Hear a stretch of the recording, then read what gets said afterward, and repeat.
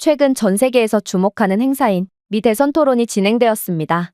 이번 미국 대통령 선거는 특히나 엄청난 접전을 이룰 거라고 예상되기에 이번 토론이야말로 양 후보의 당락을 가리는 결정적인 행사라고 볼 수 있었는데요. 하지만 결론적으로 바이든 대통령은 노화로 인한 컨디션 저하 때문에 제대로 토론을 진행하지 못했고 결국 트럼프의 다소 도발적이고 적극적인 주장에 횡설수설하며 헛기침만 반복하는 등 약한 모습만을 보여주며 토론이 종료되었습니다. 바이든 입장에서 이번 토론은 미국 내의 중도층의 표를 가져오기 위해 반드시 선전했어야 하지만 결국 토론에서 참패를 당하며 중도 세력의 지지율 대부분을 잃으면서 추세는 완전히 트럼프 쪽으로 기울고 말았습니다. 그런데 놀랍게도 이번 미 대선 토론에서 가장 주목을 받았던 부분은 이러한 중도층의 표를 차지하는 것이나 바이든의 건강 문제가 아니었습니다. 그건 바로 한국에 대한 부분이었는데요. 다들 아시다시피 트럼프는 한국 내에 주한미군을 철수하는 대신 한국이 독자적인 핵 무기를 개발할 수 있도록 승인함으로써 자신의 국가는 자신이 지키도록 해야 한다는 다소 파격적인 주장을 해왔습니다. 그리고 이번 토론에서도 만약 자신이 대통령이었다면 러시아의 푸틴이 자신을 존경하기 때문에 러우 전쟁이 애초부터 발발하지 않았을 거라는 도발적인 주장을 했죠. 그러면서 그는 바이든이 약한 모습을 보이지만 않았다면 애초에 많은 사상자가 나온 이러한 전쟁은 일어나지도 않았을 거라며 러우 전쟁의 원인은 사실상 바이든 때문이라고 했는데요. 이러한 러우 전쟁에 대한 주제는 자연스럽게 한국의 핵무장으로 이어졌습니다. 러시아의 우크라이나 침공 이후 현재 세계 여러 곳에서 크고 작은 분쟁들이 이어지고 있고 중국과 대만 문제, 그리고 한국과 북한 문제 같은 잠재적인 분쟁 지역을 포함한다면 현재 전 세계는 전례 없는 최악의 위기에 처해 있다고 했죠. 그러면서 트럼프는 만약 자신이 주장한 대로 한국이 핵무장을 하게 될 경우 이러한 잠재적인 분쟁은 물론이거니와 현재 발발하고 있는 모든 분쟁을 끝낼 수도 있다면서 자신이 일전에 언급했던 한국의 핵무장 발언을 더욱 공고히 하는 태도를 보여줬습니다. 그리고 이러한 그의 발언은 미국 백악관이나 국방연구소 등 여러 저명한 기관들이 내놓은 한국 핵무장 보고서와 비밀문서들과 결합되어 더욱 강력한 힘을 얻고 있다고 하는데요. 그렇다면 도대체 한국의 핵무장과 관련한 어떤 시나리오가 공개되었던 것일까요? 미국 안보의 핵심이자 최고의 권위를 자랑한다는 미국 국방전략연구소, 최근 이곳 연구소에는 한국과 관련한 주제로 회의가 열렸고 한국은 이대로 끝장이니 아니냐는 다소 살벌한 갑론을박이 펼쳐졌다고 하는데요. 그렇다면 대체 이들이 무슨 회의를 나눴던 것인지 자세한 내용 살펴보도록 하겠습니다. 안녕하세요. 저는 미국 출신의 션이라고 합니다. 저는 미국 국방전략연구소에서 수석연구원으로 근무하고 있고 최근에는 매우 충격적인 첩보를 입수하게 돼서 연구소 내에 비상이 걸리게 되었죠. 그리고 그건 북한이 한국을 침공하는 것은 이제 초읽기 수순이라는 매우 경악스러운 정보였습니다. 사실 따지고 보면 지금과 같은 혼란한 상황에 이러한 소식은 그리 놀랄 것도 없긴 했습니다. 왜냐하면 한국은 현재 핵무장 국가가 되는 것이 예정된 수순일 뿐더러 얼마 전 북한에서는 정권을 뒤엎으려는 충격적인 시도까지 발생하는 등 그 어느 때보다 혼란스러운 상황을 마주하고 있거든요. 그리고 이러한 북한의 한국 침공에 대비하고자 저희 연구소와 국방부 측과의 고위관계자 회의가 열리게 된 것입니다. 국방부의 고위관계자는 북한의 한국 침공이 정말로 얼마 남지 않았다고 생각했는지 이내 충격적인 근거를 들며 연설을 시작했습니다. 북한의 한국 침공에 대한 신호는 도널드 트럼프 후보가 한국의 핵무장 관련 연설을 했을 때부터 관측되기 시작했습니다. 한국이 핵무장을 하게 된다면 북한 입장에서는 그야말로 한국에 대응할 만한 어떠한 무기도 없어지는 셈이고 따라서 북한은 궁지에 몰린 쥐가 고양이를 무는 행동을 할 수 있다는 것이죠. 북한은 한국의 핵무기 획득을 생존에 대한 직접적인 위협으로 생각할 수 있습니다. 한국이 핵무장을 할 것이라는 전망은 북한의 자체 핵의 가치를 약화시킬 수 있고 따라서 북한은 한국의 핵 능력이 완전히 작동하기 전에 이러한 인식된 위협을 무력화하기 위한 선제적인 군사행동을 취할 수 있습니다. 생각해보세요. 북한 정권의 가장 큰 관심사는 정권의 유지입니다. 그런데 핵무장된 한국은 힘의 균형을 한국 쪽으로 압도적으로 가져올 것이기 때문에 잠재적으로 한국과 미국이 북한에 대해 더 공격적인 정책을 추구하도록 보일 수도 있습니다. 따라서 북한은 미래의 완전한 핵무장국이 된 한국과 맞서는 것보다 한국의 핵무기가 아직 개발 중일 때 전쟁을 하는 것이 낫다고 판단하여 예방적 전쟁 교리를 채택할 가능성이 높다는 것이죠. 북한 쪽에서도 이러한 한국 기습은 몹시 합리적이지 않은 선택이라는 것을 잘 알고 있음에도 이들은 체제 유지를 위해 기꺼이 그러한 선택을 감내할 것입니다. 북한 정권은 핵무장한 한국의 임박한 위협의 이야기를 이용하여 내부 지지를 활성화하고 국내 문제에서 주의를 다른 곳으로 돌릴 것이며 결과적으로는 고양이를 무는 쥐의 역할을 마다하지 않을 가능성이 높죠. 그런데 안 그래도 이러한 불안정한 상황에 최근에는 더욱 암담한 소식이 들려왔습니다. 저희는 최근에 북한 내부적인 상황 때문에 이러한 북한의 한국 침공은 사실상 초읽기에 돌입했다는 내부 정보를 입수했거든요. 저희의 내부 정보에 따르면 북한의 인민들이 전 최고 지도자이자 김정은의 아버지인 김정일의 무덤에 폐기물을 뿌렸다고 합니다. 김씨 일가가 거의 신격화되고 있는 북한에서 이러한 행위는 신성모독과 다름이 없고 이는 매우 충격적이라고 볼 수 있는데요. 이 사건은 이제 북한 사람들이 정권 통제의 초석인 김씨 가문을 둘러싼 인간 숭배에 기꺼이 도전할 의사가 있다는 것을 보여줍니다.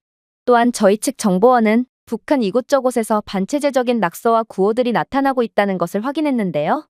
이 글들은 북한 정권의 부패, 억압, 그리고 정치 실패를 비난하고 있다고 합니다. 이는 정권의 권위와 선전에 대한 직접적인 도전이라고 볼 수 있죠. 이러한 저항 행위는 북한 인민에 대한 북한 정권의 철저한 통제력이 약화되고 있음을 시사합니다. 북한의 인민들이 이러한 대담한 행동을 할 수 있는 능력은 정권의 공포 기반 통제 메커니즘이 약화되고 있음을 나타내죠. 하지만 한국과 동맹국인 미국 입장에서 이러한 상황은 그다지 달갑지 않은데요. 이러한 북한의 혼란스러운 상황은 안 그래도 일촉즉발이었던 한국의 잠재적인 핵무장 상황에 있어서 도화선에 불을 붙인 셈이 되었거든요. 김정은 체제의 내부적 불안과 잠재적 위협을 고려할 때 저희는 북한이 한국을 의도적으로 도발하거나 침공하여 내부 문제에서 주의를 다른 곳으로 돌리고 정권의 권력을 공고히 할 가능성이 높다는 것을 예상할 수 있습니다. 사실 이는 놀랍지도 않습니다.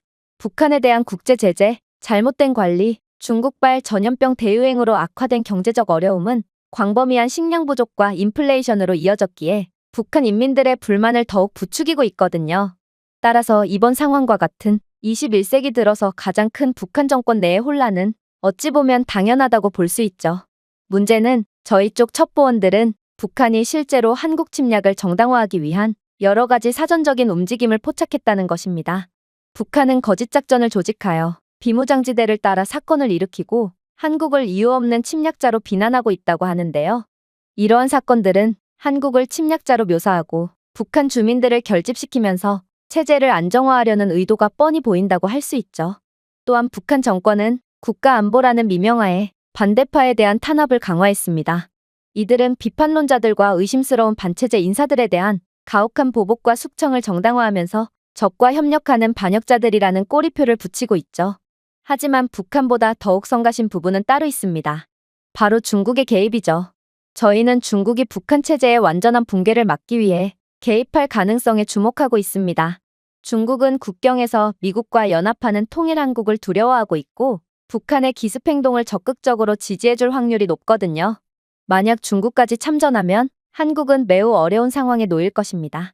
저는 이러한 충격적인 시나리오에 할 말을 잃고 말았습니다. 한국이 전쟁에 휘말리게 되면 사실상 미국도 자동 참전이고 그렇다면 세계는 또다시 혼돈의 소용돌이 속으로 빨려 들어가게 되거든요. 그러나 이러한 국방부 관계자의 합리적인 것처럼 보이는 주장에 연구소장님은 알 수 없는 표정을 지으시더니 이내 상상치도 못한 주장을 해오기 시작했습니다. 현재 북한이 위협적인 행동을 하고 있는 건 사실입니다. 그리고 북한 정권이 현재 체제 유지에 대한 심각한 위협을 느끼고 내부의 문제를 외부로 돌리려고 하는 것도 사실이죠. 그러나 결론적으로 북한은 절대로 한국을 침공할 수 없습니다. 30년 전이었다면 가능했을지 모르겠지만 지금 북한이 한국과 맞붙었다간 그건 전쟁이라고 부를 수도 없는 일방적인 학살쯤의 양상이 펼쳐질 거거든요. 그리고 이는 북한도 잘 알고 있죠. 한국의 국방력은 이젠 두말할 필요도 없는 세계 최강이라고 볼 수 있고 이들의 약점을 굳이 꼽자면 핵무기 비확산 조약에 가입에 따른 핵무기가 없는 국가라는 것밖에 없습니다. 그럼에도 북한이 체제 유지를 위해 억지로 한국을 침공하고자 할 때는 한국에 대한 핵개발 승인 명령이 떨어진 직후쯤이 되겠죠. 한국의 핵개발 소식은 안 그래도 혼란스러워진 북한 정권에 깊은 좌절감을 안겨다 줄 것이고 북한은 한국이 핵무기 연구에 필수 인력들을 투입했을 때를 노려 침공해 올 가능성이 높습니다. 하지만 한국은 전 세계가 예상하는 것보다 훨씬 더 빠른 시일 내에 핵 개발을 완료할 수 있는 국가로 북한의 이러한 선택은 최악의 실수가 될 것입니다. 북한은 한국이 핵무기가 없는 틈을 노렸다고 생각하겠지만 그 틈은 그들의 생각보다 훨씬 더 촘촘하기 때문이죠. 일단 현재 한국은 원자력 기반 시설과 기술에서 세계적으로 가장 발전된 나라 중 하나입니다. 이 강력한 기반을 바탕으로 한국은 매우 짧은 시간 안에 핵무기를 개발할 수 있는 잠재력을 보유하고 있죠. 한국은 많은 원자력 발전소와 연구용 원자로를 운영하고 있으며 이러한 시설들은 핵무기 개발로 전환할 수 있는 강력한 기반을 제공합니다. 특히 한국원자력연구원과 같은 기관들은 핵 개발에 필요한 기술과 세계적인 수준의 전문 지식을 보유하고 있어 핵무기 개발 과정을 빠르게 진행시킬 수 있죠. 물론 한국은 세계적인 R&D 강국으로 삼성, LG, 현대와 같은 글로벌 대기업들이 다양한 첨단 기술을 보유하고 있다는 점도 이 나라의 무궁무진한 가능성을 잘 보여준다고 볼 수 있는데요.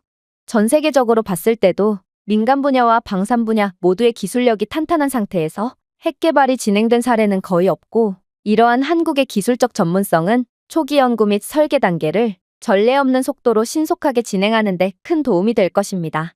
그러나 한국의 가장 무서운 점은 따로 있습니다. 한국은 현재 원자로에 접근할 수 있으며 잠재적으로 핵분열성 물질을 생산할 수 있는 능력을 이미 보유하고 있거든요. 이는 고농축 우라늄과 재처리 플루토늄의 신속한 생산과 정제를 가능하게 합니다. 이건 정말 놀라운 일입니다.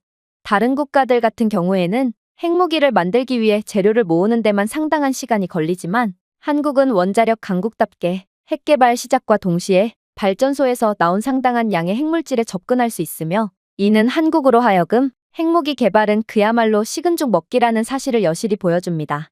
결국 한국은 현재의 핵물질과 고도로 발전된 기술만으로 매우 짧은 기간 내에 핵무기를 개발할 수 있습니다.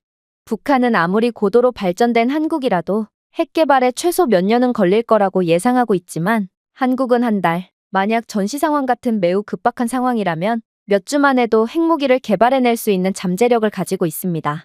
즉, 북한이 만약 오판으로 인해 한국을 침공한다면 그 즉시 북한이라는 영토 자체가 지도상에서 영구히 지워지고 말 거라는 것이죠.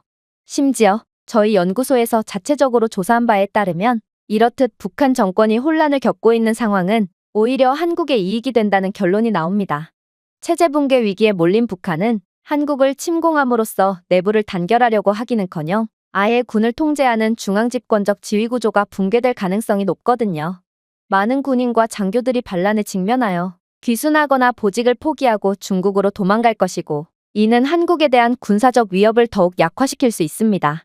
또한 남아있는 북한인들마저도 정권이 무너지면 군대의 사기와 충성도는 떨어질 것이고 응집력 있는 리더십이 없으면 대규모 작전을 조정하고 수행할 수 있는 군의 능력이 현저히 떨어져 한국에 대한 위협이 줄어들 것입니다. 그리고 그렇게 된다면 한국 입장에서는 절호의 기회가 되겠죠. 더 이상의 응집력이 없는 북한과 국경을 맞대게 된 한국은 통합된 방위태세를 갖게 되어 북쪽의 위협으로부터 방어할 필요가 점점 사라지게 될 것이기 때문입니다. 또한 북한에 의한 지정학적 긴장을 상당 부분 해소한 한국은 지역 및 국제 문제에서 더 강력한 목소리를 내며 동북아에서 더 영향력 있는 국가로 부상할 수 있습니다. 이에 핵무장까지 하게 된 한국은 사실상 아시아의 패권국으로 발돋움하며 더 많은 영향력을 행사할 수 있을 것이 분명합니다. 연구소장은 이쪽 분야의 전문가답게 몹시 논리적인 연설을 마쳤습니다. 그러나 국방부 관계자는 어이가 없다는 듯 고개를 가로저을 뿐이었죠. 그렇다면 중국은 어떻게 할 거죠? 북한이 움직이는데 중국이 가만히 있을 리는 없고 따라서 당신의 북한만 움직인다는 주장은 가정부터가 잘못되었다고 할 수 있습니다. 실제로 중국은 한국의 핵무장을 가장 견제하고 두려워하는 존재로 북한에 의해 마지못해 참전하는 것이 아닌 북한을 대리인으로 세워 적극적으로 전쟁에 참전하려는 움직임을 보이고 있기도 하죠. 중국이 참전한다면 양상은 당신이 가정한 대로만 흐르지는 않을 거란 말입니다. 하지만 국방부 관계자의 다소 날선 비판에도 연구소장은 너무나도 여유롭게 웃을 뿐이었어요. 그리고 이내 충격적인 말을 건네왔죠. 아니요, 당신은 완전히 잘못된 생각을 하고 있습니다.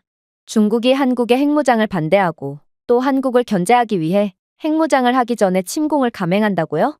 그건 한국 핵무장에 대한 논의 초반에나 그랬지. 지금의 중국은 한국의 핵무장을 반대하고 있지 않습니다. 오히려 중국은 슬그머니 한국의 눈치를 보며 한국의 고개를 숙이고 들어가는 기이한 움직임까지 보이고 있죠. 실제로 중국은 몇 년간이나 중지됐던 한국과의 회담을 개최하는 등 전과는 완전히 다른 행보를 보이며 한국에 아부를 하는 듯한 모습을 보이고 있거든요. 그도 그럴 것이 그동안은 한국의 핵무장이라는 문제 자체가 그다지 현실적이지 않았지만 이제는 한국의 핵 개발에 대한 계획이 어느 정도 구체화되고 매우 현실성 있게 된 상태입니다. 그래서 중국도 한국의 핵무장의 여파에 대한 연구가 완벽히 된 상태일 겁니다. 이젠 중국도 한국이 핵 개발이 가능하게 된다면 당장 한 달 안에도 핵무기를 만들 수 있다는 것을 인지했고, 만약 중국이 한국과의 전쟁을 핵무기가 만들어지는 한 달 안에 끝내지 못할 시에 한국은 전쟁을 치르면서도 핵무장을 단숨에 완료하고 유사시 중국 본토로 수천 발의 핵미사일을 날려서 중국을 쑥대밭으로 만들 수 있다는 사실을 그 누구보다 잘 알게 되었죠. 당연히 중국이 한국을 한 달 안에 끝낼 수 있다는 결론이 나오면 중국은 의심할 여지 없이 한국을 침공할 것이고, 오히려 한국은 대만보다도 앞선 중국의 주요 타겟이 될 가능성이 큽니다. 그러나 중국이 한국을 한 달 만에 끝낼 수 있을까요? 최근 들려오는 정보에 따르면 중국은 한국을 한 달 내에 끝내기는커녕 오히려 한국이 중국을 압도할 수도 있다는 결론이 도출됩니다. 그건 바로 한국이 최근에 개발한 신형 무기 때문이죠. 한국은 최근 전 세계로 수출되고 있는 첨단 재래식 무기뿐만 아니라 다양한 무기의 연구 개발을 게을리하지 않고 있고, 이러한 강력한 기술을 토대로 또 다른 놀라운 무기를 만들어냈거든요. 그건 바로 전자기 펄스 기술 발전입니다. EMP 기술 덕분에 한국 국방력은 방어 및 공격 능력에 강력한 차원을 더했습니다. EMP 무기는 전자 시스템과 인프라를 무력화하도록 설계되어 직접적인 물리적 파괴 없이 전략적 이점을 제공하죠.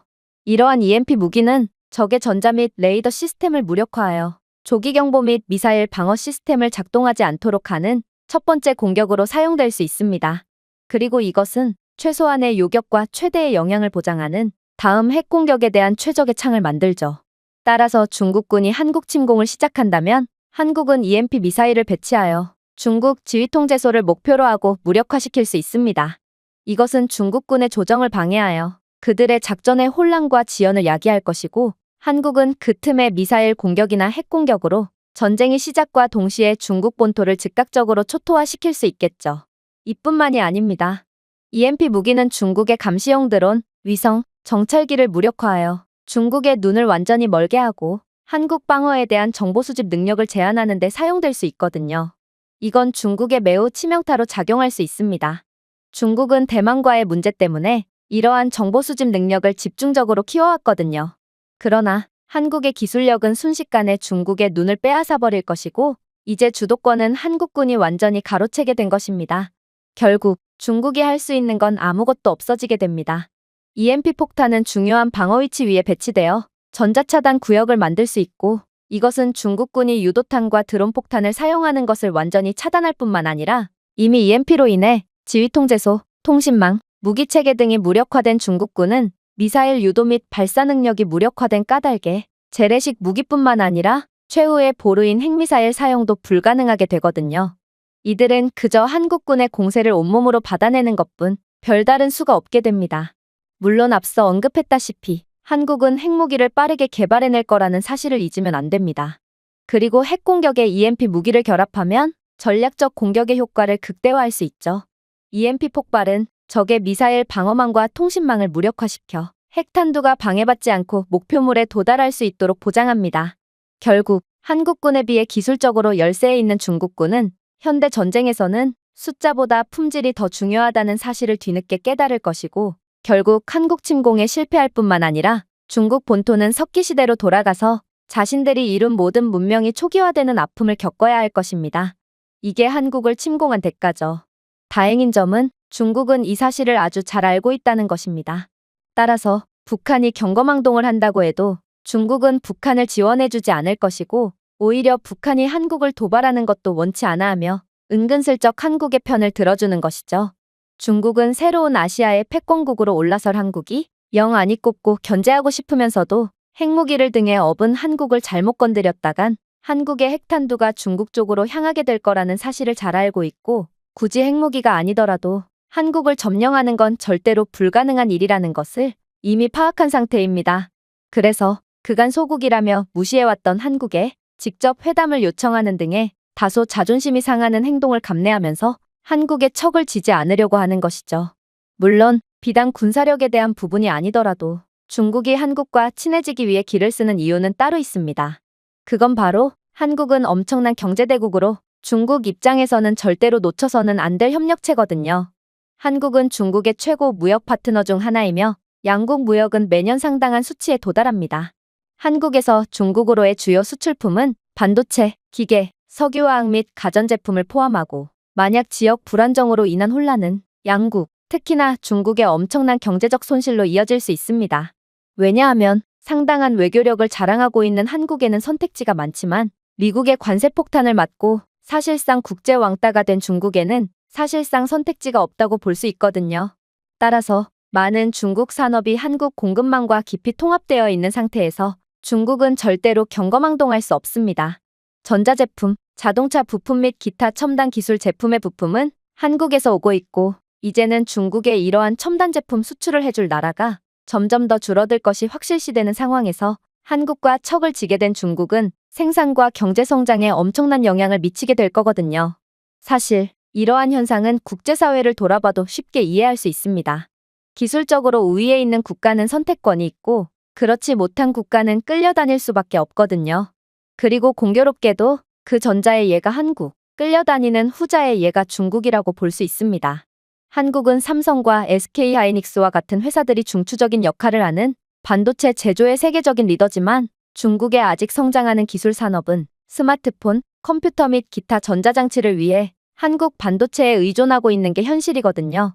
즉, 한국과의 관계 악화로 인해 반도체 공급이 불안정해지면 중국의 기술 성장에 크나큰 악영향을 미칠 것이고 그렇게 된다면 안 그래도 경제위기 속에 저성장의 늪에 빠진 중국은 아직 잘 쳐봐야 중진국임에도 마이너스 성장을 하게 되는 대참사가 날 수도 있습니다.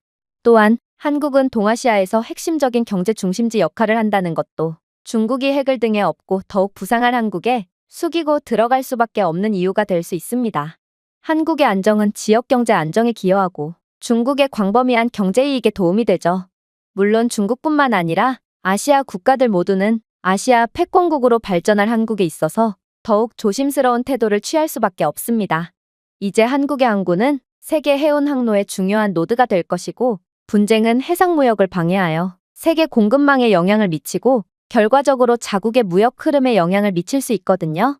따라서 중국도 계산기를 두드려본 결과 핵무장으로 인해 동아시아의 패권국으로 발돋움할 한국의 눈치를 보고 슬슬 비위를 맞추며 숙이는 편이 낫다는 결론을 내리게 된 것입니다. 물론 우리는 중국이나 북한의 혹시 모를 돌발 행동까지는 예상할 수 없으니 한국도 완전히 긴장의 끈을 놓아서는 안 되겠죠. 하지만 결국 지금의 한국은 조금의 틈조차 없는 세계적인 강대국이 된 상태고 이러한 한국의 강력함은 결국 스스로를 지키고 라이벌 국가로부터의 존경심을 이끌어내고 있습니다. 도대체 어떤 나라가 이 나라에 선제 공격을 가할 수가 있을까요? 한국은 이제 지정학적 갈등에 휘둘리지 않는 완전한 국가가 되었고 이 나라가 핵무장을 하게 된다면 지금보다도 몇 배나 더 강력해진다는 것은 모두가 아는 사실이겠죠? 한국이 결국 미국을 초월하는 최강국의 자리에 오를지는 모르겠지만 결국 미국의 최후방국인 한국이 국제무대에서의 영향력이 높아지는 것은 미국 입장에서도 통제가 되지 않는 적을 완벽하게 견제할 수 있는 좋은 기회가 될 것입니다. 연구소장의 말에 회의실 내부에 있던 모든 고위 관계자들은 고개를 끄덕이며 수긍하는 모습을 보였습니다. 만약 한국이 약한 국가였다면 핵무장은 오히려 이 나라의 독이 되었을 수도 있겠지만 한국은 핵무장을 감당할 수 있을 만큼 강력한 나라가 되었고 이제는 그 날개를 전 세계에 활짝 펼 때가 오지 않았나 하는 생각이 들기도 하네요. 안녕하세요. 저는 중국 출신의 웨이천이라고 합니다. 현재 저는 미국 최고의 공과대학인 MIT에 재학 중이며 세계 최강국인 중국에 걸맞은 인재가 되기 위해 열심히 공부 중에 있죠. 몇몇 사람들은 왜 세계 최강국인 중국에서 학업을 이어나가지 않고 굳이 미국에서 공부를 하는 거냐고 반문할 수도 있을 것 같은데요. 그건 제 아버지 때문입니다. 사실 제가 어렸을 때는 중국에서 아버지만큼 중화사상에 진심인 사람이 없을 정도였는데 무역업에 종사하시며 전 세계를 돌아다닌 아버지는 날이 갈수록 그러한 사상이 약해지셨죠. 급기야 아버지는 넓은 세계를 돌아다녀 보니 중국은 국가 자체가 조작된 비정상적인 국가인 것을 깨달았다며 발전을 위해서는 반드시 해외로 나가라며 제가 해외로 유학 가기를 강조하셨는데요. 결과적으로 저는 미국을 선택하긴 했지만 아버지는 꼭 미국이 아니어도 좋으니 한국 유학도 진지하게 고민해보라는 황당한 주장까지 하셨기에 저는 아버지가 드디어 노망이 난 건가 싶어 기가 찰 뿐이었습니다. 아니, 한국은 중국의 속국쯤 되는 국가로 중국보다 뭐 하나라도 나은 점이 단 하나도 없는 소국인데 어떻게 아들에게 한국 유학을 가라는 주장을 할 수가 있단 말인가요? 저는 아버지께 너무나도 서운해서 불만도 토로해봤지만 아버지는 더 넓은 세상을 경험하다 보면 한국과 중국의 실제 위치를 확인할 수 있을 거라며 넓은 세상 밖으로 나가라는 조언만을 건네실 뿐이었습니다. 그리고 삼촌과 더욱 친해지게 된 건 그 즈음이었어요. 삼촌은 아버지와는 달리 제 말에 더 많은 공감을 해주셨거든요. 삼촌은 중국이 세계의 중심이자 미국을 넘은 세계 최고라고 주장하셨고 대학교 진학은 반드시 중국 대학교로 해야 한다고 말씀하셨는데요. 심지어 삼촌은 중국 인민해방군에서도 장성급 고위직에 몸담고 계셨기에 삼촌의 이러한 말씀은 더더욱 믿음이 갔습니다. 삼촌은 한국 같은 소국은 중국의 헛기침에도 멸망해버릴 게 분명하다며 이런 형편없는 국가로 유학을 가는 건 말이 안 된다고 주장했고 미국도 중국에 제쳐진 지 오래라며 군장성인 자신이 얼마나 국제 정세에 대해 잘 알겠냐며 너스레를 떠셨는데요. 삼촌의 자녀들은 하나같이 미국에서 유학 중이라 이러한 삼촌의 주장의 진실성에 약간의 의문이 들기도 했지만 저는 그 당시 너무나도 어렸고 한국에 대한 반감도 심했던 상태였기에 중국이 최고라고 외치는 삼촌의 편을 들게 되었습니다. 그리고 분명 한국에서도 많은 것을 배울 수 있으니 정해외가 두렵다면 가까운 한국도 완벽한 선택이 될 수 있다는 아버지와 중국이 최고라는 삼촌의 팽팽한 대립 끝에 결국 저는 미국으로 유학 가는 것으로 합의를 보고 MIT에 들어가게 된 것입니다. 저는 이러한 다소 특이한 배경이 있어서 그런지 한국 놈들만 보면 우라가 치밀어 올랐어요. 아버지가 중국보다 한국을 더욱 높게 평가한 것도 마음에 안 들었고 분명 중국 학교에서는 한국은 중국의 속국이라고 배웠는데 제가 한국 대학교로의 유학을 진지하게 고민했다는 사실 자체도 자존심이 상했죠. 그러나 무엇보다 마음에 안 들었던 부분은 바로 세계 최고의 공과대학교라던 MIT에서마저 한국은 중국보다 훨씬 더 고평가되고 있었다는 거였습니다. 경제 수준은 두말할 것도 없고 어딜 가든 한국 문화에 대한 이야기들만 들려오고 있었고 중국 문화에 관심이 있거나 중국을 존경하는 사람들은 단 한 명도 없었어요. 오히려 모두가 중국을 공공의 적이라고 생각했고 그에 반해 한국은 지구상에 얼마 남지 않은 모두의 친구이자 전 세계의 존경과 사랑을 독차지하고 있는 국가를 담당하고 있었죠. 심지어 가끔 중국이 대만 해역에서 훈련을 한다던가 한국을 압박하려는 태도를 취할 때면 한국과 중국이 맞붙으면 중국은 반드시 패배한다는 정신나간 소리를 하는 학생들도 있던데 저는 이러한 말도 안 되는 소리를 들을 때마다 머리가 아파져 왔습니다. 도대체 한국이 어떤 꼼수를 부렸는지는 모르겠지만 예로부터 한국은 선진국 인척을 하기 잘하는 얍삽한 국가기에 저는 저라도 중국의 명예를 드높이고 전 세계 사람들에게 진실을 알리기 위해 노력해야 한다고 생각하게 되었습니다. 그래서 저는 대학교 강의가 시작되기 직전 강의실에 중국 무기와 국방력을 홍보하는 팸플릿을 뿌린다거나 발표 중에도 은근슬쩍 한국을 후진국이라고 비하하며 사람들에게 진실을 알리기 시작했어요. 그리고 역시나 중국인들은 모두가 한마음 한뜻의 지성인인지 다른 MIT 재학 중국 학생들도 이러한 저희 한국 비하에 동참해줬죠. 그러나 그렇게 진실을 알리기 위한 작전이 순조롭게 진행되나 싶던 와중 충격적인 사건 하나가 발생하고 말았습니다. 그건 바로 제가 제작한 선동 팸플릿이 교수님께 발각되었기 때문인데요. 그날따라 교수님은 예정보다 빨리 강의실에 들어오셨기에 저는 빼도 박도 못할 상황에 처해버렸습니다. 그리고 교수님은 제 팸플릿을 보고 짐짓 심각한 표정을 지으시더니 이내 놀라운 제안 하나를 건네오시더군요. 이봐요, 중국 학생. 이런 날조와 선동이 포함된 글은 중국에서나 통하지. 미국에서 이런 식의 타국을 무작정 비하하는 수준 낮은 글귀는 전혀 먹히지 않습니다. 또한 MIT 내에 차별금지 학칙에 의거하여 학생은 지금 당장 퇴학을 당할 수도 있죠. 그러나 저는 학생에게 기회를 드리겠습니다. 제 양력을 봤으면 아실 테지만 저는 교수로 활동하기 전에 미국 최고의 방산회사에서 근무했었고 지금도 최고의 방산 기술자들과 소통을 하고 있는 중이죠. 그리고 이런 제가 봤을 때 학생은 팸플릿에 한국의 국방력을 터무니없이 평가절하했다는 것을 확인할 수 있습니다. 만약 학생이 정말로 떳떳하다면 학생이 작성한 한국 비방글에 대한 제 반박을 방어해보세요. 오늘 수업에 참여한 학생들 입장에서도 요즘 전 세계에서 가장 중요하다고 해도 과언이 아닌 이러한 동아시아 정세와 국방 문제에 대해 공부하는 건 전혀 손해가 되지 않을 것입니다. 하지만 만약 중국 학생이 제 반박에 제대로 대응하지 못한다면 저는 학교 측에 이러한 학생의 불법 선전물을 정식으로 신고할 것입니다. 저는 교수님의 말을 듣고 속으로 쾌재를 불렀습니다. 아니, 저희 삼촌이 중국 인민해방군의 장성 출신인데 어떻게 삼촌 밑에서 많은 것들을 배워온 제게 국방 지식으로 덤빌 수가 있단 말인가요? 심지어 교수님은 금방이라도 쓰러질 것 같은 백발의 노인이었기에 저는 이번 기회야말로 미국 최고의 명문대 교수님을 완전히 꺾고 중국의 강력함을 전 세계에 알릴 좋은 기회라고 생각했습니다. 실제로 중국 학생들도 군 장성 출신의 삼촌을 둔 제가 승리할 것을 예상이라도 한 건지 실시간 라이브까지 켜며 중국 방송에 실시간으로 토론을 송출하기 시작했는데요. 그렇게 세기의 토론 대결은 시작되었습니다. 저는 팸플릿에 적은 대로 한국의 형편없는 국방력에 대해 읊기 시작했어요. 교수님은 그저 십수년 전에 방산업계에서 물러나셨을 뿐이지만 저희 삼촌은 중국 인민해방군의 장성으로 중국의 국방력에 일조하고 계십니다.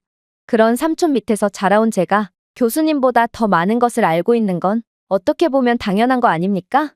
일단 한국의 대표격 미사일인 현무 미사일은 사거리가 최대 500km로 중국 본토를 타격하기에는 터무니없이 적은 사거리를 갖고 있습니다. 그러나 중국의 미사일 기술은 한국 같은 기술 후진국과는 차원이 다릅니다. 중국의 DF-21 미사일만 해도 약 1500km의 사거리를 가지며 항공모함과 대형 해군 함정을 목표로 설계되었기에 명중률도 상당하거든요. 또한 괌킬러로 알려진 DF-26 중거리 탄도미사일은 태평양에 있는 미군 기지를 포함하여 최대 4000km 떨어진 목표물을 타격할 수 있습니다. 즉, 중국 입장에서는 본토에서 미사일만 날려도 기술 후진국 한국과의 전쟁에서 승리할 수 있다는 것이죠. 그러나 중국은 한국을 그런 식으로 상대하지 않을 것입니다. 중국은 H-20 스텔스 폭격기라는 최강의 무기를 개발해냈고 스텔스 탐지 기술 자체가 없는 한국 전역을 완전히 폭격하며 속전속결로 한국을 끝내버릴 거거든요. 한국은 사실상 중국이 10시간 내에도 끝낼 수 있는 소국일 뿐이며 한국이 자꾸만 중국에 대들거나 대만 문제에 대해서 언급한다면 중국은 대만을 점령하는 김에 내친 김에 버릇없는 한국까지 순식간에 점령할 수 있다는 것입니다. 한국은 대만 문제나 남중국해 문제 등에 자꾸만 목소리를 내며 대국의 내정 간섭을 하려고 하는 주제도 모르는 소국으로 소국이 소국답지 않게 행동했다간 어떤 결말을 맞이할지는 너무나도 뻔하다고 할 수 있죠. 그리고 이러한 제 논리적인 주장에 중국 학생들은 실시간 스트리밍을 하는 와중에도 환호성을 지르며 마치 제가 승리한 것을 확신이라도 한 것처럼 행동하기 시작했어요. 그런데 진지한 토론이 될 거라고 예상한 것과는 달리 교수님은 계속해서 피식거리며 웃는 이해할 수 없는 반응을 보이는 거 아니겠어요? 그리고 이러한 교수님의 황당한 태도에 패배를 직감한 교수님이 실성한 척을 하며 위기를 빠져나가려는 것은 아닌가 하는 의심이 들 무렵 교수님은 정말 예상치도 못한 말을 건네오기 시작했습니다. 아니, 이게 대체 무슨 소리인가요? 어떻게 삼촌이 군 장성이나 되는데도 이렇듯 아무것도 모를 수가 있단 말이죠? 한국의 미사일 사거리가 500km밖에 안 된다고요? 일단 한국의 순항미사일인 현무 미사일의 사거리는 1500km에 달하며 비교적 최근에 개발된 현무포 미사일의 경우 탄두를 2000kg이나 탑재할 수 있어 전 세계의 이목을 끌고 있습니다. 즉, 중국이 대만과 함께 한국까지 집어삼키니 뭐니 하는 건방진 소리를 하고 있을 때 한국은 중국 본토를 단 몇 분 만에 쑥대밭으로 만들 수 있다는 것이죠. 그러나 현무 미사일의 가장 무서운 점은 따로 있죠. 바로 한국형 미사일은 실시간 정보의 필요성을 줄이고 파괴 위험을 최소화하는 정밀 표적 능력으로 유명하면서도 첨단 회피 기술을 탑재하여 요격하기도 거의 불가능하다는 것입니다. 이건 첨단 GPS 장치조차 없어서 제대로 된 곳을 타격할 수도 없는 중국산 저질 미사일과는 완전히 수준이 다르다고 볼 수 있죠. 이러한 한국의 현무 미사일은 동유럽 및 전 세계로 수출되는 매우 강력한 무기임에도 어떻게 중국군의 장성이라는 자가 그것도 모를 수가 있단 말이죠. 뭐, 학생은 그래봤자 중국은 현무 미사일보다 더욱 사거리가 긴 미사일을 보유하고 있다고 주장할 수도 있을 테죠. 하지만 과연 중국 측이 주장한 사거리를 고지곳대로 믿을 사람이 있을까요? 1500km의 사거리를 자랑한다는 DF-21은 실제 사격 시 사거리가 1000km도 안 되는 굴욕적인 모습을 보여줬을 뿐만 아니라 사거리 4000km에 달한다는 괌킬러 DF-26 미사일은 그의 절반도 채 못 갔죠. 심지어 미사일에 탑재할 수 있는 탄두의 무게가 워낙 제한되어 있다 보니 파괴력이 거의 없는 수준이었습니다. 생각해보세요. 미사일의 위력이 거의 수류탄급인데 이런 걸 과연 무기라고 볼 수 있겠어요? 실제로 중국 경제에 종속되어 있는 개발도상국들은 이런 저질 미사일들을 저렴하다는 이유만으로 수입했다가 낭패를 보기도 했고, 실제 성능과 표기된 성능에 엄청난 차이가 있음에도 중국은 이러한 항의를 죄다 무시하고 환불조차 안 해주는 추태를 보여주었습니다. 그래서 이젠 아무도 중국 무기를 구매하지 않죠. 전 세계가 한국 무기에 관심을 보이며 수입을 하려고 안달이 나 있는데도 중국 무기만은 절대로 팔리지 않는 이유를 생각해보면 여기에 답이 있는 것입니다. 중국은 경제 종속을 통한 강매와 성능 뻥튀기로 사기를 칠 뿐이지만 한국 무기는 오히려 표기보다 실제 성능이 좋게 나오는 훌륭한 무기들을 보유하고 있으므로 두 국가의 수준은 이미 하늘과 땅 차이로 벌어져 있다고 볼 수 있죠. 중국의 미사일들이 자신들이 주장한 대로 엄청난 사거리를 보증한다고 해도 한국은 이미 사이버 공격과 전자전 능력에 대해 세계 최고의 기술력을 자랑하는 국가입니다. 한국군은 특유의 탐지 능력을 통해 미리 미사일을 탐지하고 전자전 공격을 통해 그 즉시 무력화해서 중국의 미사일들을 그 즉시 고철 덩어리로 만들어버리겠죠. 즉, 중국 본토가 한국산 현무 미사일로 불바다가 되고 있을 때 중국은 아무것도 못하고 자신들의 영토가 초토화되는 것을 지켜보고 있어야만 한다는 것입니다. 그리고 중국은 자꾸만 자신들의 스텔스 전투기를 홍보하던데 이것 또한 한국에 완전히 밀린다고 볼 수 있습니다. 중국의 H-20 스텔스기는 애초에 스텔스 전투기라고 불릴 수는 있을까 하는 수준으로 레이더망에 그대로 탐지되기 때문이죠. 심지어 스텔스 폭격기는 개발하고 만들고 유지하는 데 비용이 많이 드는데 중국군은 군사 예산이 없다는 황당한 이유를 대며 전투기의 기름값조차 감당하지 못하고 있죠. 오죽했으면 중국군의 파일럿들은 실제 전투기를 운전하는 대신 마치 초등학생처럼 장난감 전투기를 손으로 조작하는 데 그치고 있고, 심지어 부패가 만연한 중국군에서는 이러한 전투기 핵심 부품을 전부 팔아먹은 상태로 실제 전투기는 깡통 수준이라는 말도 있을 정도입니다. 하지만 한국군의 상황은 완전히 다릅니다. 한국군은 이미 스텔스 기술을 개발해낸 국가로 스텔스 항공기를 탐지할 수 있는 저주파 레이더와 탐지 기술을 통해 미국의 최첨단 스텔스 전투기조차 전부 식별할 수 있는 수준에 이르렀습니다. 물론 한국은 전투기 기술력에 있어서도 미국 다음 가는 세계 최고의 기술력을 가지고 있다고 평가받고 있습니다. 아직도 세계 최고의 방산업체에서 일하는 제 동료들조차 한국의 스텔스 기술에는 혀를 내두르며 감탄을 할 정도로 한국은 역사상 유례없는 짧은 기간 만에 완성도 높은 스텔스 기술을 개발해낸 상태죠. 이러한 이들의 기술력을 바탕으로 한국이 독자적으로 개발해낸 KF-21 스텔스 전투기는 전 세계 웬만한 방산 강국들이 아니라면 탐지조차 못하는 수준이고, 중국은 미사일 하나 제대로 만들지 못하는 게 현실이므로 오히려 한국의 스텔스 전투기 하나 탐지하지 못해서 순식간에 중국 본토가 초토화 당하고 말 것입니다. 저는 교수님의 살벌한 발언에 소름까지 돋으며 긴장하고 말았습니다. 저는 지금껏 군장성인 삼촌말만 믿고 한국은 중국의 털끝 하나 건들지 못하는 국가인 줄로만 알았는데 오히려 아무것도 못하고 두들겨 맞는 쪽은 중국이었다니 이것만큼 소름 돋는 소리도 없었거든요. 이러한 한국의 기술 수준은 삼촌이 주장했던 것과는 완전히 다른 모습이었고, 저는 교수님이 연설을 하는 도중 전자필기를 하는 척하며 틈틈이 삼촌에게 메시지를 보내며 교수님의 말씀에 대한 진위 여부를 파악하려고 했는데요. 그러나 삼촌에게 온 답장은 가히 충격적이었죠. 웨이천, 사실 나는 중국 인민해방군의 군장성에 자리까지 올랐지만 아직도 권한이 없어서 한국이 어떤 무기를 갖고 있는지에 대해서는 잘 몰라? 중국 정부는 군 핵심 인사들에게조차 한국의 실제 국방력에 대해 숨기고 있거든. 나는 그저 중국 언론을 통해 보고 들은 부분을 내게 그대로 말해준 거지. 그러나 중국인들은 몹시 화끈하고 저력이 있는 민족 아니겠니?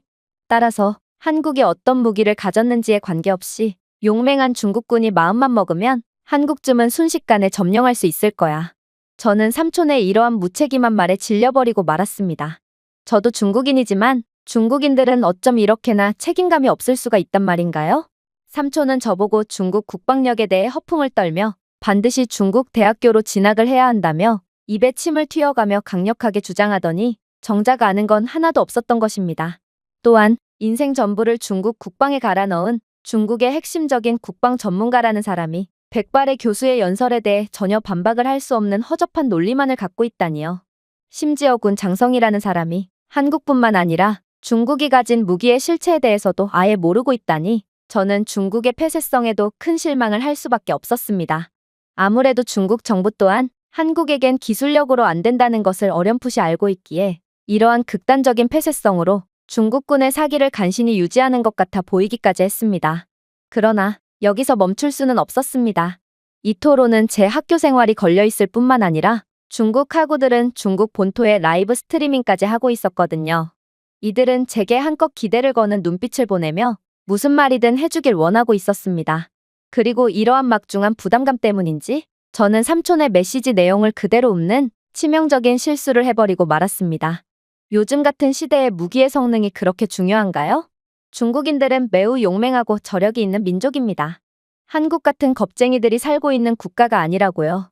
따라서 한국이 아무리 기술적으로 강력한 면모를 보이더라도 두려움 따위를 모르는 중국군이 공격을 가한다면 순식간에 점령당해버릴 것이 분명합니다. 그러자 교수님은 마치 자신이 못 들을 말이라도 들었다는 것처럼 인상을 한껏 찌푸리더니 이내 상상치도 못한 말을 건네오기 시작했어요. 학생의 논리는 정말 터무니가 없군요. 학생은 분명 한국의 기술 수준을 비하하며 한국은 중국의 기술력을 따라올 수가 없다고 주장했습니다. 그런데 상황이 불리하니 갑자기 저력이니 정신력이니 하는 말도 안 되는 소리를 하다니 중국 학생들의 논리는 정말 하나 같군요. 제가 강의하는 다른 수업에서도 중국인들은 꼭 한국을 비하하곤 했는데 제가 현실을 말해주자 반박은 못하고 중국은 세계의 중심이라느니 중국인들의 정신력은 세계 최강이라느니 하는 이해할 수 없는 주장만을 해댔거든요. 그러나 학생의 논리가 형편없더라도 기꺼이 응해드리죠. 사실 저는 한국과 매우 밀접한 관계를 가진 적이 있거든요. 저는 마른 침을 꼴깍 삼킬 뿐이었습니다. 이 토론은 14억 중국 인민들이 보고 있었고 저로서는 도저히 져서는 안 되는 싸움이었거든요. 그런데 교수님은 대체 어떤 주장을 하려고 하길래 호흡까지 가다듬는다는 말인가요? 그리고 마침내 교수님의 연설이 시작되자마자 저는 그야말로 까무러칠 수밖에 없었습니다. 사실 저는 베트남전 참전용사 출신입니다. 제가 방산업체에서 근무했던 이유도 이러한 베트남전 참전에 대한 강렬한 기억 때문이라고 할 수 있죠. 저는 노병으로 제 시절은 같지만 베트남에서의 기억은 아직도 또렷합니다. 아니, 그때만 떠올리면 늙은 몸에서 청년으로 되돌아간 것처럼 신체뿐만 아니라 정신까지 아주 또렷해지죠. 제가 다소 뜬금없게 베트남전 이야기를 꺼내는 이유는 아주 명확합니다. 그건 바로 중국 학생이 정신력이라는 주제를 언급했기 때문이죠. 자, 저희 연합군이 한국군을 처음 봤을 때는 정말 실망 그 자체였습니다. 한국군은 초라한 보급과 장비를 챙겨왔고 저희들 눈에는 그들이 그저 거지부대 이상으로는 보이지 않았죠. 심지어 연합군들 중에는 한국의 국기가 어떻게 생겼는지 아는 사람도 거의 없었기에 그들이 가져온 태극기는 그저 부대의 마크인 줄 알았습니다. 그리고 이런 듣도 보도 못한 군대까지 파병 오다니 이제 베트남전도 승산이 없다고 느껴 사기가 떨어지기까지 했어요. 하지만 찢어지고 해진 군복을 입고 상처투성이에 소총을 메고 온 한국군은 전투가 시작되자마자 완전히 달라졌습니다. 교수님은 여기까지 말씀하신 뒤 잠시 목을 축이셨는데요. 아무래도 참전에 대해 엄청난 존경의 분위기가 있는 미국이기에 학생들 모두는 교수님의 전쟁 경험 이야기에 홀린 듯 경청했지만 오직 저만은 교수님의 연설에 집중할 수가 없었습니다. 그저 이 토론에서 절대로 져서는 안 된다는 생각에 온몸을 덜덜 떨 뿐이었어요. 그러나 교수님은 저 따위는 안중에도 없다는 듯 그대로 연설을 이어나가셨죠. 일단 이것부터 짚고 넘어가죠. 한국군의 베트남전 후반기 작전에서의 교환비는 1대 100이었다는 것을 말이죠. 즉, 한국군이 한 명 전사할 때 베트콩들은 100명이 전사했다는 것입니다. 한국군은 이런 미친 전투력을 바탕으로 전장을 접수해 나갔습니다. 그들의 참전은 오랫동안 교착 상태에 빠져있던 많은 분쟁의 전환점이 되었습니다. 몇 년 동안 질질 끌었던 전투가 갑자기 그들의 개입으로 저희 연합군에게 유리하게 변했거든요. 한국군의 전략적인 통찰력과 맹렬한 투지는 몇 번이고 저희에게 유리하게 전세를 바꾸었습니다. 물론 한국군의 강점은 단순히 신체적 능력뿐만 아니라 이들의 변함없는 정신과 깊은 전우회에 있음이 분명했습니다. 한국군은 정말 상상도 할 수 없는 희생정신을 보여줬고 결국 이러한 듯도 보도 못한 군대가 모든 동맹군으로부터 얻은 존경은 그 누구에게도 견줄 바가 없었죠. 그리고 저는 실제로 한국군의 용맹함과 깊은 전우애를 직접 경험한 뒤 저는 종교가 없음에도 한국군을 신으로 숭배하게 되었습니다. 1966년 초에 벌어진 봉손 전투는 절대로 잊을 수가 없습니다. 이 전투는 전략적 요충지인 봉손평야의 베트콩 군대 거점을 무너뜨리는 중요한 임무였죠. 베트콩은 봉손평원을 요새화하여 양쪽 모두를 통제하기에 필수적인 지역으로 만들었습니다. 생각해보세요. 그 지역의 지형은 울창한 정글과 높은 초원으로 유명했고 베트콩들은 자연 지형지물에 숨어 도저히 보이지가 않았습니다. 그럼에도 이곳은 베트콩들의 엄청난 대비태세가 갖춰져 있어 점령하기가 거의 불가능에 가깝다고 판단되었습니다. 그리고 연합군 모두가 봉손평야의 베트콩들을 제거하는 임무는 자살 임무라고 판단했고 모두가 가기 싫어했죠. 실제로 이곳은 몇 년 동안이나 점령하지 못한 채 교착 상태로 남아 있었습니다. 이때 맹호 부대가 혜성처럼 등장했습니다. 한국군은 게릴라 전술과 지형지물에 대한 친숙함에 대한 그들의 전문 지식을 활용하여 치밀한 공격 계획을 세웠습니다. 이들은 마치 베트남의 현지 군인들처럼 도저히 극복하기 힘든 지형지물을 자신들 것처럼 사용하며 은원패의 정석을 보여주기 시작했습니다. 그리고 이들이 드디어 이곳에 적응했다고 판단되었을 때 이들은 놀라운 전략 하나를 들고 나왔죠. 바로 작은 비밀부대를 사용하여 정보를 수집하고 주요 적 위치를 식별한 것이었습니다. 한국군의 본격적인 공격은 순식간이었습니다. 한국군은 동틀 무렵 새벽의 기습 요소를 이용해 베트콩의 허를 찌르는 기습 공격을 감행하면서 적을 포위하고 퇴로를 차단하기 위한 동시측면 기동을 실시하였거든요. 적은 한국군의 은원패에 완벽히 쏘가 어디에 있는지도 모른 채 무차별 난사를 하기 시작했고 한국군은 총알이 날아오는 방향만 보고도 베트콩들을 찾아낸 뒤 곧바로 섬멸했죠. 결국 거점을 차지하게 된 한국군은 계속해서 전장을 지배해 나갔습니다. 이들은 체력이 남아도는지 그날도 어김없이 새벽 공격이 감행되었고 공격이 포격으로 시작됨과 동시에 뒤이어 한국군 보병들이 경외심을 불러일으킬 정도로 정확하게 전진하기 시작했죠. 한국군들은 마치 기계처럼 조밀한 대형을 유지하고 손신호를 사용하여 의사소통을 하면서 조용하고 빠르게 정글을 이동해 나갔는데요. 이러한 단합력과 허를 찌르는 전술은 몇 년간의 정규훈련 및 실전 훈련을 마친 미군들조차 보여주지 못했기에 저희 모두는 그저 숨을 죽인 채 한국군의 뒤를 따를 뿐이었죠. 물론 제 아무리 이러한 무적 같은 한국군일지라도 위기가 아예 없었던 것은 아닙니다. 베트콩이 격렬하게 대응함에 따라 전투는 빠르게 치열해졌거든요. 그러나 적의 포화에도 불구하고 한국군은 흔들림 없는 투지로 계속해서 공격했습니다. 같은 상황이 미군이나 연합군들에게 닥쳤다면 이들은 분명 도망가거나 전투 의지를 상실한 채 아이처럼 울부짖었을 것입니다. 그러나 한국군에게 포기라는 감정은 애초부터 존재하지 않았죠. 저는 특히나 이 전투에서 가장 기억에 남는 부분이 있습니다. 저는 이곳에서 정말 죽을 뻔했거든요.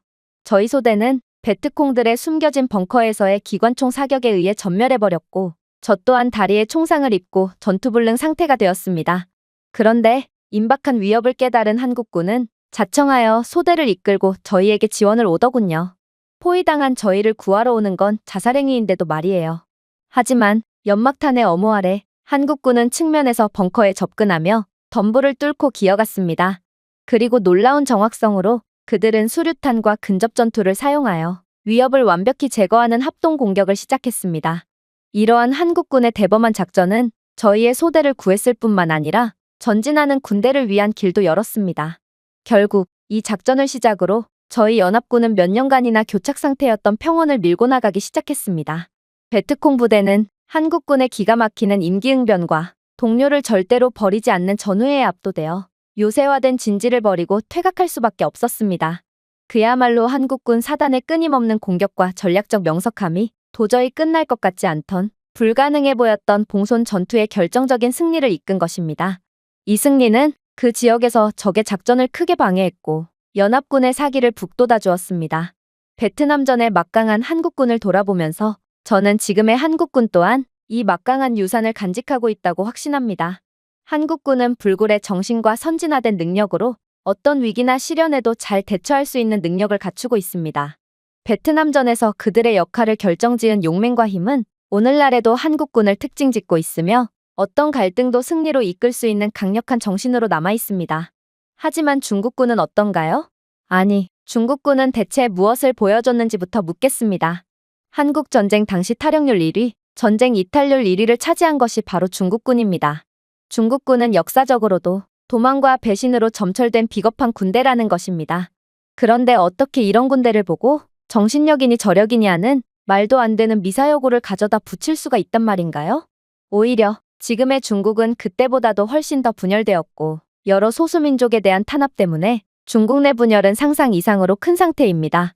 즉, 중국은 실전에 투입되면 정신력을 보여주기는커녕 중국 정부에 불만이 있었던 소수민족들의 반항으로 인해 오히려 아군끼리 교전을 하며 서로를 죽일 것이 분명합니다.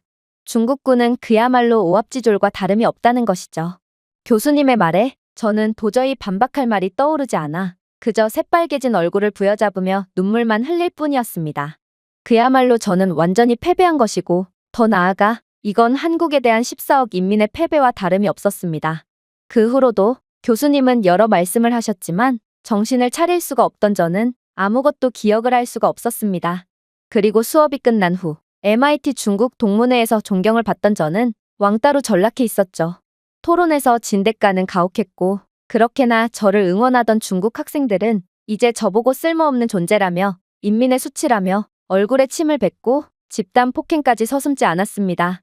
그리고 제 SNS 계정 또한 라이브 스트리밍을 보고 있던 중국 인민들의 분노에 찬 악플로 뒤덮여서 도저히 정신을 차릴 수가 없었죠.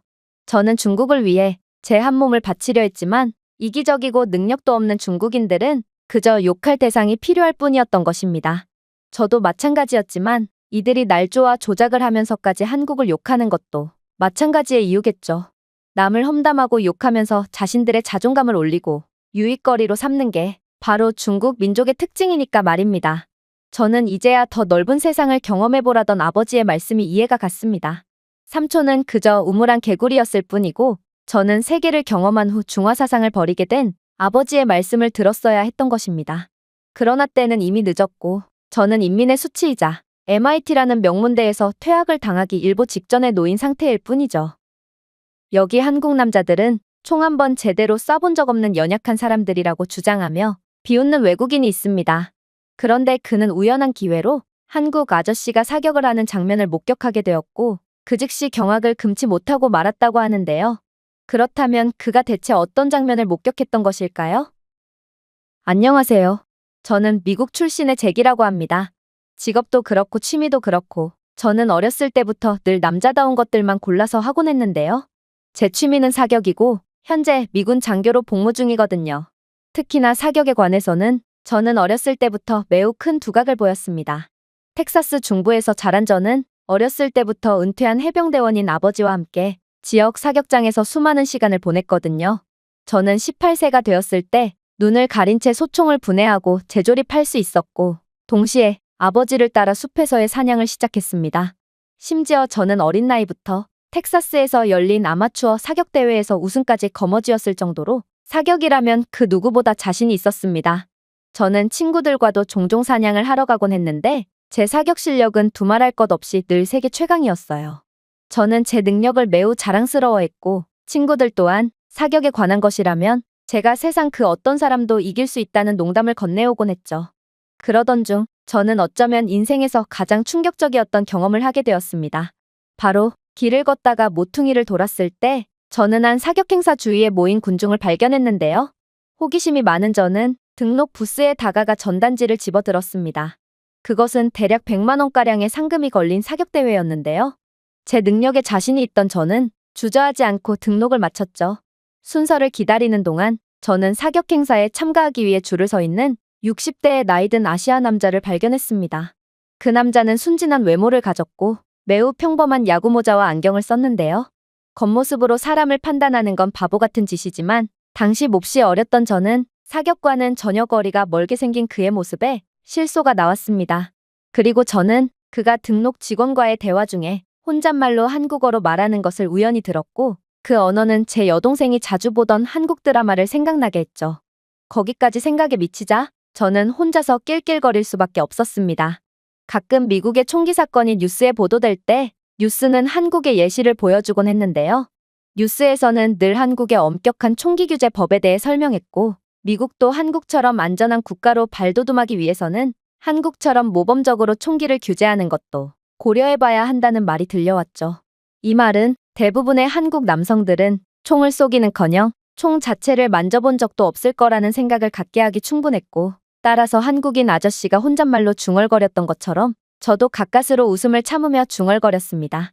총 한 번 만져본 적 없는 새님 한국인 주제에 저 한국인 아저씨에게 사격 기회를 주는 건 그저 총알 낭비일 뿐이야.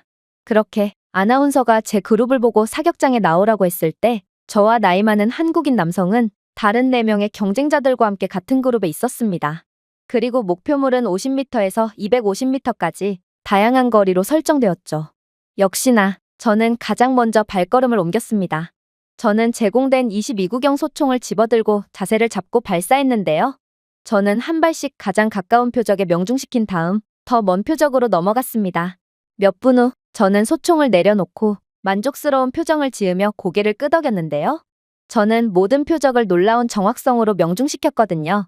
아나운서가 50점 만점에 49점이라는 제 점수를 부르자 관중들은 제 우승을 직감하고 전부 열화와 같은 박수를 보내줬죠. 저는 의기양양해져서 뒤로 물러나 다른 경쟁자들을 관찰했습니다. 역시나 나이가 많은 한국인 아저씨는 아직도 사격 중이더군요. 그는 침착하고 거의 평온한 표정으로 소총을 조준하고 있었는데요. 아무래도 저는 그 남자가 총을 쏘는 법조차 몰라서 시간을 끄는 거라고 생각했고, 한국인 아저씨가 군중들 앞에서 망신을 당할 것이 분명하다는 생각이 들어 가벼운 즐거움으로 남성을 지켜보았습니다. 그러나 첫 번째 총성이 울리자 군중들은 숨을 헐떡였습니다. 총알은 관역의 정중앙에 명중했죠. 그 한국인 남성은 흔들림 없는 집중력으로 이 표적에서 저 표적으로 이동하며 사격을 계속했습니다. 모든 사격은 정확했고 그는 단 한 번도 놓치지 않았습니다.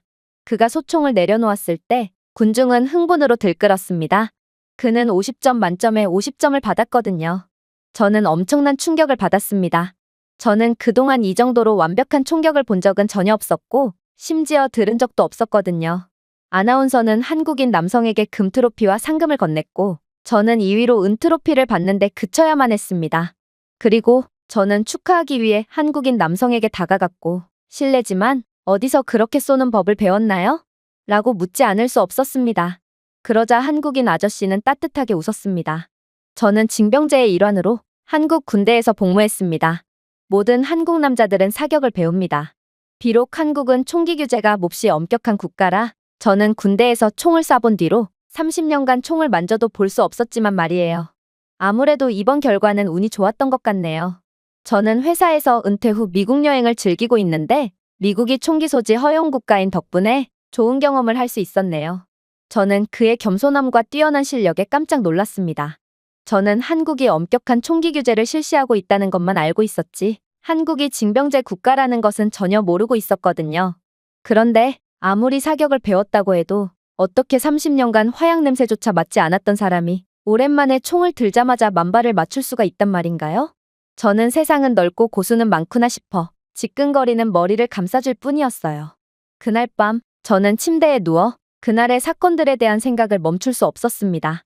그것은 겸손한 경험이었고 제게 귀중한 교훈을 주었습니다. 외모나 고정관념으로 그 누구도 과소평가하지 말라는 것이었습니다.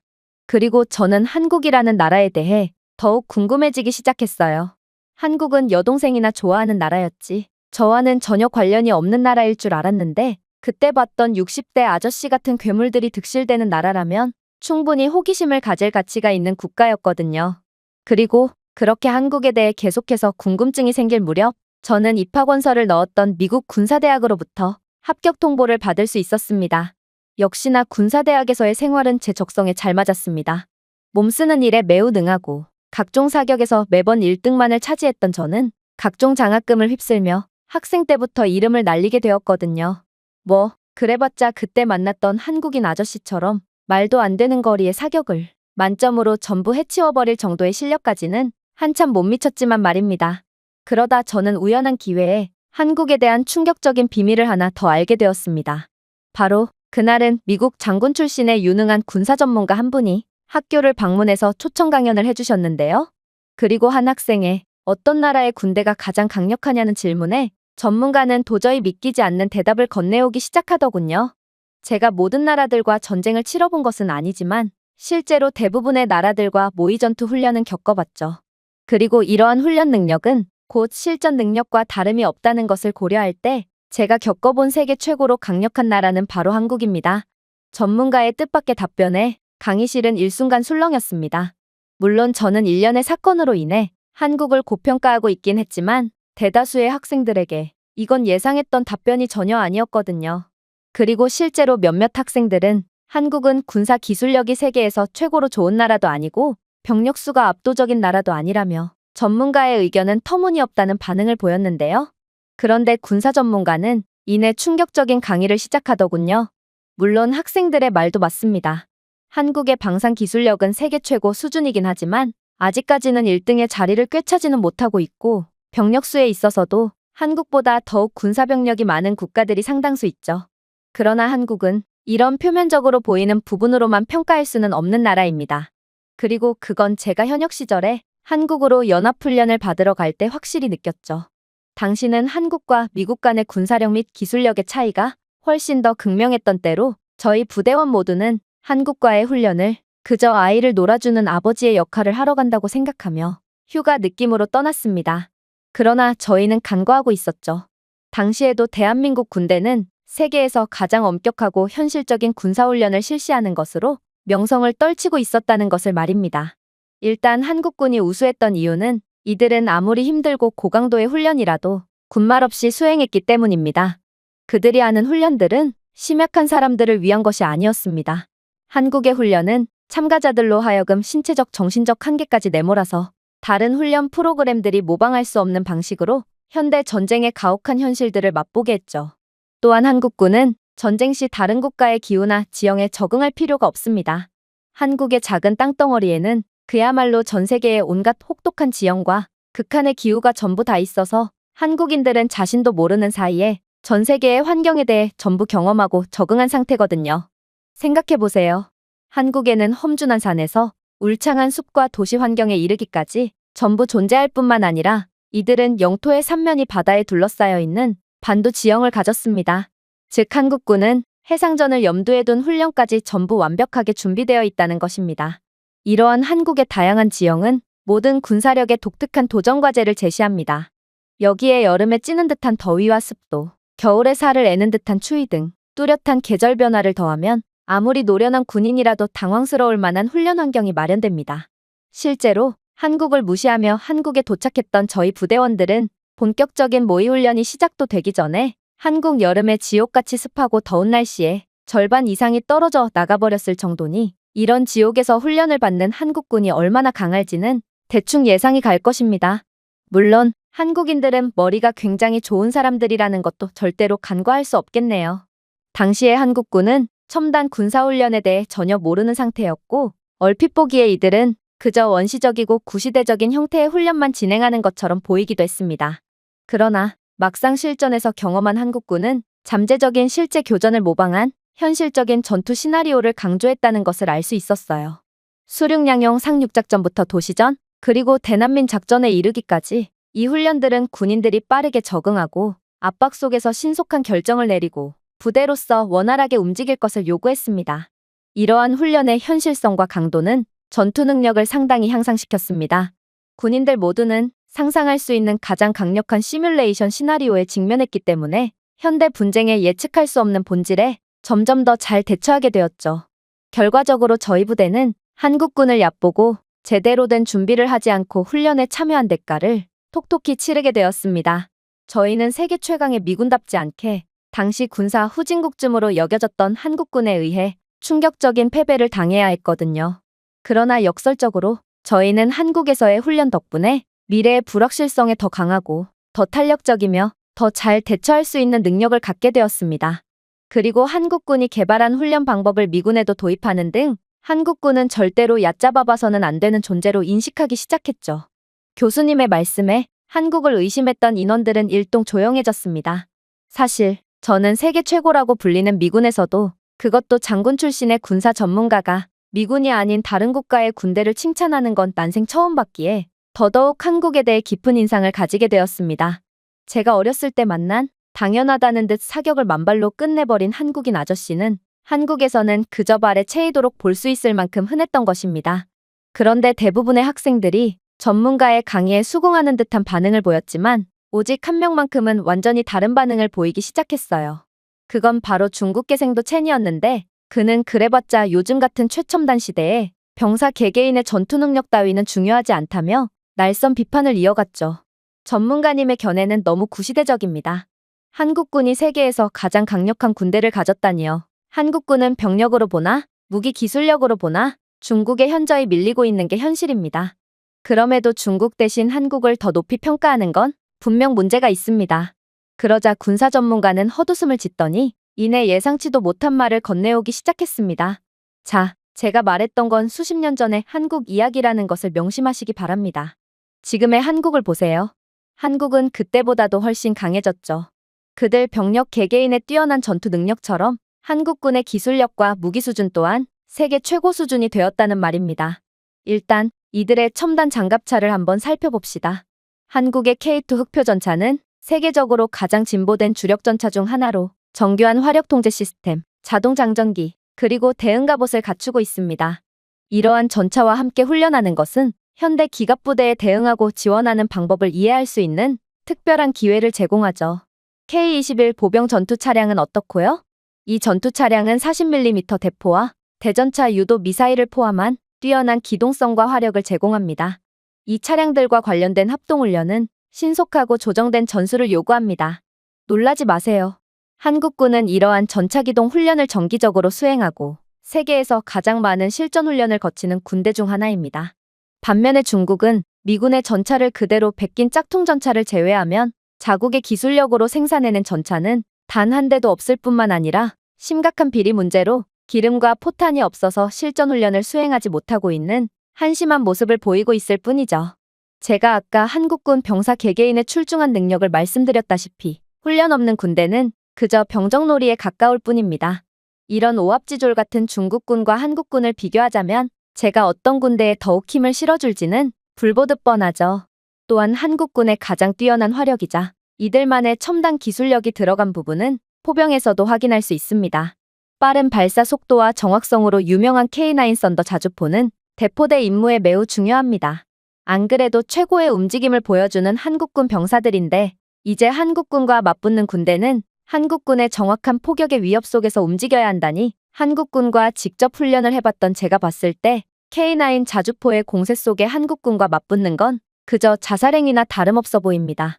물론 한국군과 멀리 떨어져 있다고 해서 안심할 수 있는 건 당연히 아닙니다.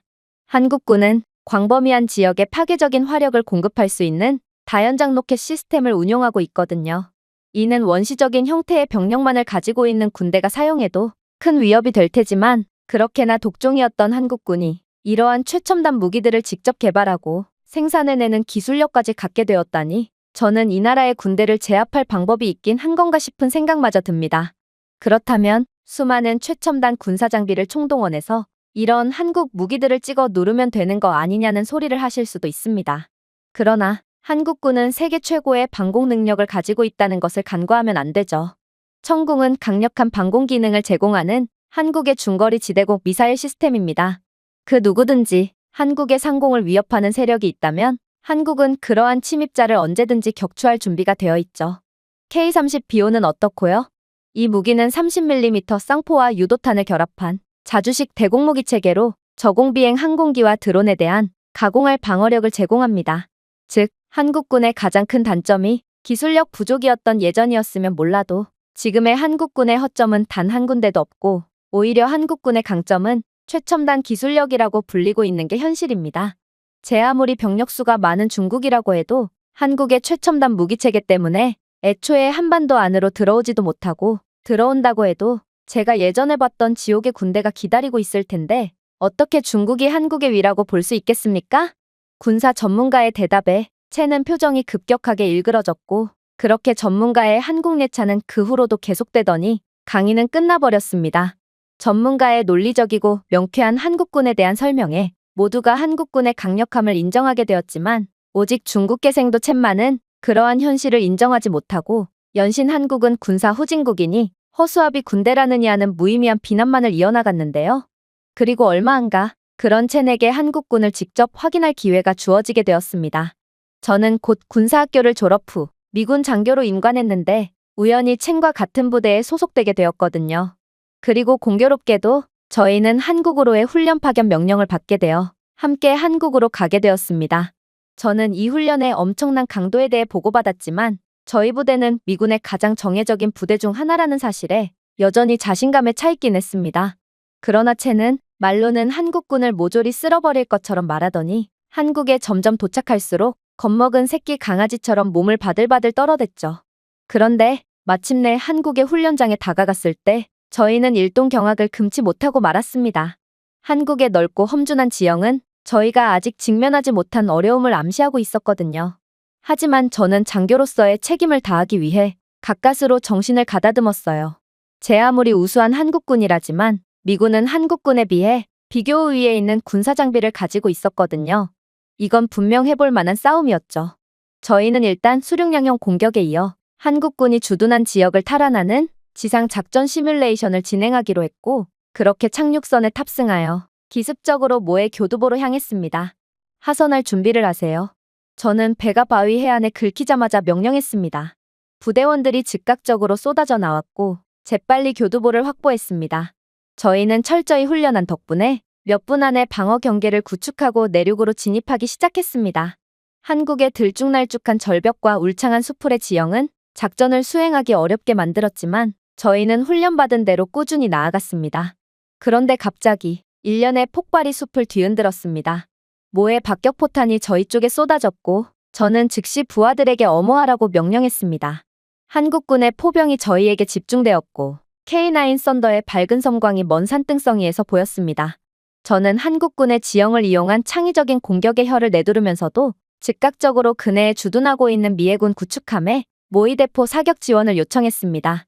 이 와중에 첸은 장교로서 자신의 부대원들을 이끌어야 하는 책임을 다하지 못하고 그저 모의포탄의 굉음에 겁을 먹고 엎드려서 벌벌 떨고 있기만 했는데요. 저는 그런 첸에게 정신을 차리라고 윽박을 질렀지만 패닉에 빠진 그는 계지바위 같은 소리를 지르며 다시금 자신이 타고 왔던 착륙선에 타기 위해 물속으로 숨어 들어갈 뿐이었어요. 하지만 저는 그런 한심한 첸에게 많은 시간을 투자할 수가 없었습니다. 제가 지원 요청을 한 덕분에 모의포탄이 한국군의 진지를 강타했음에도 불구하고 새로운 위협이 나타났거든요. 한국군의 수륙양용 돌격차와 아파치 헬기가 한국군 보병을 울창한 숲으로 내려 저희 부대원들의 퇴각을 막고 포위하기 시작한 것입니다. 그야말로 한국군에겐 모든 공격이 의미가 있었고 숨겨진 뜻이 있던 거였죠. 저희는 생각지도 못한 열세의 상황에도 격렬하게 싸웠지만 한국인들은 저희의 모든 움직임을 예상했습니다. 대한민국 보병은 그 험준한 지형을 자신들에게 유리하게 활용하여 기발한 매복을 설치하고 K-21 보병 전투 차량을 사용하여 약점을 빠르게 재배치하고 보강했습니다. 제가 돌파구를 찾았다고 생각할 때마다 대한민국 보병은 압도적인 화력으로 반격했죠. 브라보 2호, 저는 브라보 1호입니다. 저는 라디오로 전화를 걸었습니다. 항공 지원이 필요합니다. 하지만 반응은 암울했습니다. 안 됩니다, 브라보 1. 우리 드론은 작동이 중단되었고 아파치는 전자적 간섭으로 인해 작동이 불가능합니다. 알고 보니 한국군은 지대공 미사일 시스템과 전자전 부대를 배치하여 미국의 항공 지원을 사실상 차단했던 거였습니다. 첸이 부대원들을 버리고 도망간 까닭에 저는 다시 조직을 꾸리느라 귀중한 시간을 낭비해야 했고 결국 뒤늦게 목표를 향해 마지막 공격을 감행했습니다.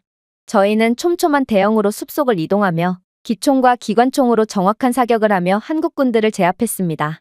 그러나 한국군 포병들은 계속해서 저희에게 포탄을 퍼부었고 한국군의 707 대대는 거침없는 반격을 시작했습니다. 하지만 불리한 상황은 이뿐만이 아니었습니다. 잠시 후 K2 흑표 전차들이 숲으로 굴러들어가 120mm 대포로 저희의 저항을 완전히 없애버렸거든요. 그렇게 압도적인 화력에 맞서지 못한 저희 부대는 좁은 계곡을 향해 후퇴할 수밖에 없었습니다.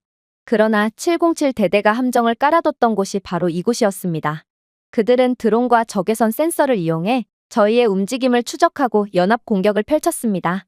파격적인 전쟁의 달인 한국 특수부대가 게릴라 전술과 막강한 화력으로 저희 부대를 압도하며 사방에서 접근했습니다. 결국 저희는 미국에서 열심히 훈련했던 대로 체계적으로 싸웠지만 끝내 기술력과 전투력을 모두 갖춘 한국군에게 압도당하고 말았습니다. 그리고 몇 시간 후 상황 종료가 선포되었고 연기가 거치기 시작했죠. 이건 미군의 완벽한 패배였고 심지어 채는 자신의 부대원들을 버리고 정신없이 도망가다가 착륙선에 머리를 박은 탓에 한국군 병원에서 얼굴을 10여 바늘이나 꿰매는 한심스러운 모습까지 보였죠. 충격적인 패배 이후 저희 부대는 며칠 동안이나 세부적인 사후 검토를 수행하여 약점과 개선점을 확인했습니다. 그때 군사 전문가가 말했던 대로 저희 부대원들은 쉽게 이길 수 있으리라 생각했던 한국군에게 완벽한 패배를 거둠과 동시에 새로운 전술과 환경에 대한 적응에 대한 귀중한 교훈을 배웠습니다. 그리고 마침내 미국으로 돌아온 저와 부대원들은 한국 군대에 대한 새로운 존경심을 가지게 되었습니다. 그들은 적응력, 창의성, 그리고 끊임없는 준비의 중요성을 강조하면서 그들의 경험을 저희와의 훈련을 통해 공유해 주었습니다. 이번 연합훈련은 한국군의 양보 없는 우위를 드러냈을 뿐만 아니라 양국 간의 동맹을 강화시켰습니다. 그리고 전 세계가 지켜보는 가운데 한국과 미국의 동맹은 불 속에서 만들어졌고 전장에서 시험대에 올랐으며 어떠한 도전에도 맞서 단결할 것임이 분명해졌습니다. 제가 준비해온 내용은 여기까지입니다. 끝까지 시청해주셔서 진심으로 감사드리며 여러분들의 구독과 좋아요, 알림 설정은 영상 제작에 큰 힘이 됩니다. 이상 세모튜브였습니다.